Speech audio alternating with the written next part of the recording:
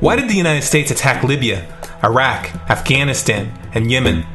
Why are U.S. operatives helping to destabilize Syria? And why is the United States government so intent on taking down Iran, in spite of the fact that Iran has not attacked any country since 1798? And what's next? What are we headed for? When you look at the current trajectory that we're on, it doesn't make any sense at all if you evaluate it based on what we're taught in school. And it doesn't make any sense if you base your worldview on the propaganda that the mainstream media tries to pass off as news. But it makes perfect sense once you know the real motives of the powers that be. In order to understand those motives, we first have to take a look at history. In 1945, the Bretton Woods Agreement established the dollar as the world reserve currency, which meant that international commodities were priced in dollars. The agreement, which gave the United States a distinct financial advantage, was made under the condition that those dollars would remain redeemable for gold at a consistent rate of $35 per ounce. The United States promised not to print very much money, but this was on the honor system, because the Federal Reserve refused to allow any audits or supervision of its printing presses. In the years leading up to 1970, expenditures in the Vietnam War made it clear to many countries that the U.S. was printing far more money than it had in gold. And in response, they began to ask for their gold back. This, of course, set off a rapid decline in the value of the dollar. The situation climaxed in 1971 when France attempted to withdraw its gold and Nixon refused. On August 15th, he made the following announcement. I have directed the Secretary of the Treasury to take the action necessary to defend the dollar against the speculators. I have directed Secretary Connally to suspend temporarily the convertibility of the dollar into gold or other reserve assets, except in amounts and conditions determined to be in the interest of monetary stability and in the best interest of the United States. This was obviously not a temporary suspension, as he claimed, but rather a permanent default. And for the rest of the world who had entrusted the United States with their gold, it was outright theft. In 1973, President Nixon asked King Faisal of Saudi Arabia to accept only US dollars as payment for oil and to invest any excess profits in US Treasury bonds, notes, and bills. In return, Nixon offered military protection for Saudi oil fields. The same offer was extended to each of the world's key oil-producing countries, and by 1975, every member of OPEC had agreed to only sell their oil in US dollars. The act of moving the dollar off of gold and tying it to foreign oil instantly forced every oil-importing country in the world to start maintaining a constant supply of Federal Reserve paper. And in order to get that paper, they would have to send real physical goods to America. This was the birth of the petrodollar. Paper went out, everything America needed came in, and the United States got very, very rich as a result. It was the largest financial con in recorded history.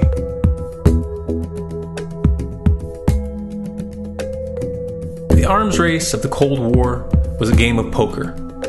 Military expenditures were the chips, and the US had an endless supply of chips. With the petrodollar under its belt, it was able to raise the stakes higher and higher, outspending every other country on the planet, until eventually US military expenditures surpassed that of all other nations in the world combined. The Soviet Union never had a chance. The collapse of the communist bloc in 1991 removed the last counterbalance to American military might. The United States was now an undisputed superpower with no rival. Many hoped that this would mark the beginning of a new era of peace and stability. Unfortunately, there were those in high places who had other ideas. Within that same year, the US invaded Iraq in the first Gulf War. And after crushing the Iraqi military and destroying their infrastructure, including water purification plants and hospitals, crippling sanctions were imposed which prevented that infrastructure from being rebuilt. These sanctions, which were initiated by Bush Sr. and sustained throughout the entire Clinton administration, lasted for over a decade and were estimated to have killed over 500,000 children. The Clinton administration was fully aware of these figures. We have heard that 500,000 children have died. I mean, that's more children than died in Hiroshima. And you know, is the price worth it? I think this is a very hard choice, but we think the price is worth it. Miss Albright, what exactly was it that was worth killing 500,000 kids for? In In November of 2000, Iraq began selling its oil exclusively in euros. This was a direct attack on the dollar and on U.S. financial dominance, and it wasn't going to be tolerated.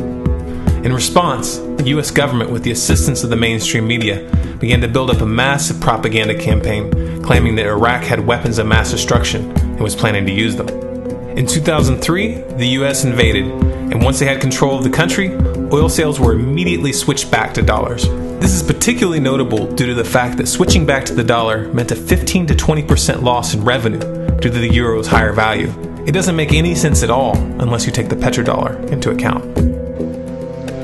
So I came back to see him a few weeks later, and by that time we were bombing in Afghanistan. I said, "Are we still going to war with Iraq?" And he said, "Oh, it's worse than that." He said, he reached over on his desk, he picked up a piece of paper, and he said, I just got this down from upstairs, meaning the Secretary of Defense's office today, and he said, this is a memo that describes how we're going to take out 7 countries in 5 years, starting with Iraq, and then Syria, Lebanon, Libya, Somalia, Sudan, and finishing off Iran. Let's take a look at the events of the past decade and see if you see a pattern. In Libya, Gaddafi was in the process of organizing a bloc of African countries to create a gold-based currency called the dinar, which they intended to use to replace the dollar in that region. US and NATO forces helped destabilize and topple the Libyan government in 2011, and after taking control of the region, US armed rebels executed Gaddafi in cold blood and immediately set up the Libyan Central Bank. Iran has been actively campaigning to pull oil sales off of the dollar for some time now, and it has recently secured agreements to begin trading its oil in exchange for gold. In response, the US government, with mainstream media assistance, has been attempting to build international support for military strikes on the pretext of preventing Iran from building a nuclear weapon. In the meantime, they established sanctions which US officials openly admit are aimed at causing a collapse of the Iranian economy. Syria is Iran's closest ally, and they are bound by mutual defense agreements. The country is currently in the process of being destabilized with covert assistance from NATO, and though Russia and China have warned the United States not to get involved, the White House has made statements within the past month indicating that they are considering military intervention. It should be clear that military intervention in Syria and Iran isn't being considered. It's a foregone conclusion, just as it was in Iraq and Libya. The U.S. is actively working to create the context which gives them the diplomatic cover to do what they already have planned.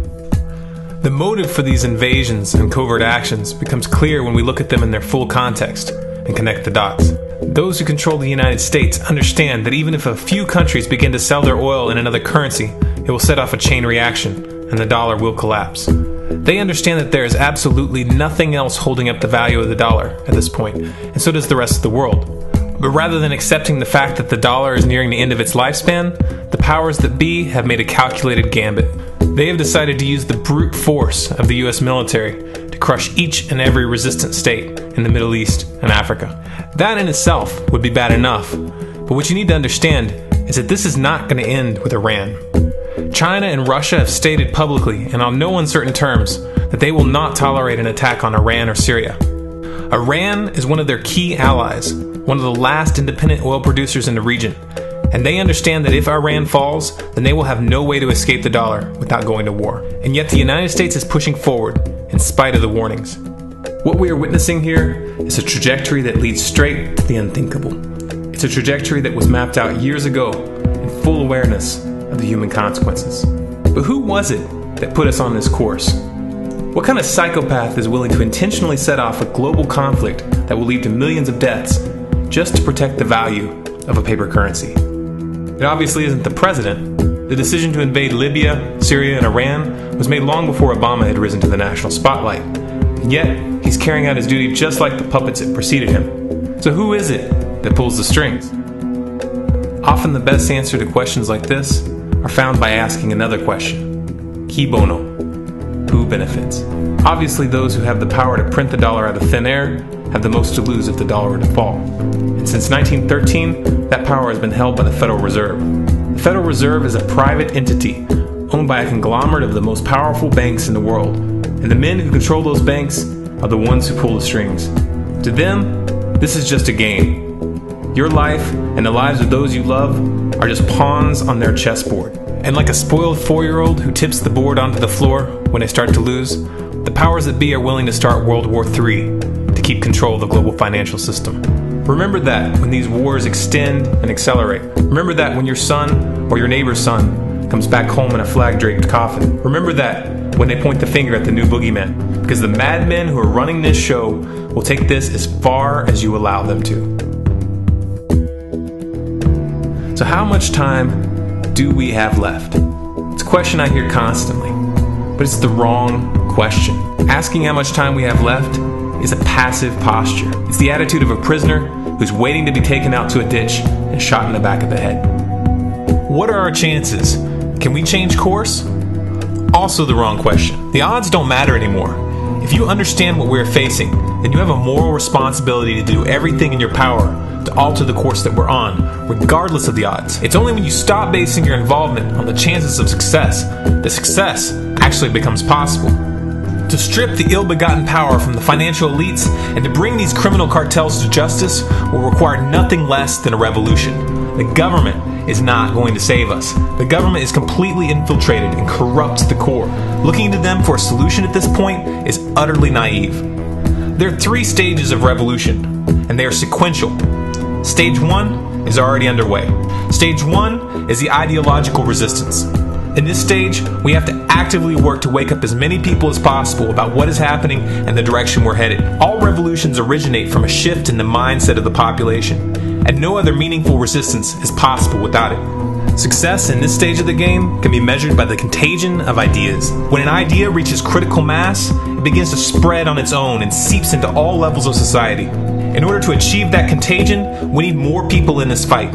We need more people speaking out, making videos, writing articles, getting this information onto the national and international stage. And we especially need to reach the police and the military.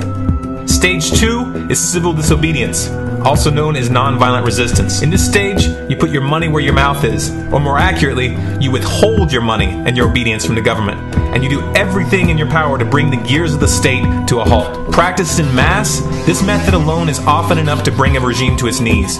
However, if you fail at this stage, Stage 3 is inevitable. Stage 3 is direct physical resistance. Direct physical resistance is the last resort, and it should be avoided and delayed as long as possible. And it should only be invoked after all other options have been thoroughly exhausted. There are those who talk tough and claim that they will resist when the time comes. But what those people fail to realize is that if you are inactive during the first 2 stages and save your efforts for the last resistance, then you will fail.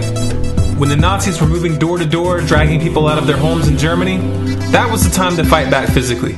But due to the lack of ideological resistance and civil disobedience leading up to that moment, even an armed uprising would have likely failed at that point. An armed uprising can only succeed if the people have established an attitude of active resistance. And active resistance is only possible after their minds have broken free from the mainstream propaganda. If you want to fight back, it's now or never. You're not going to get another chance, and the stakes are far higher than they were in Nazi Germany.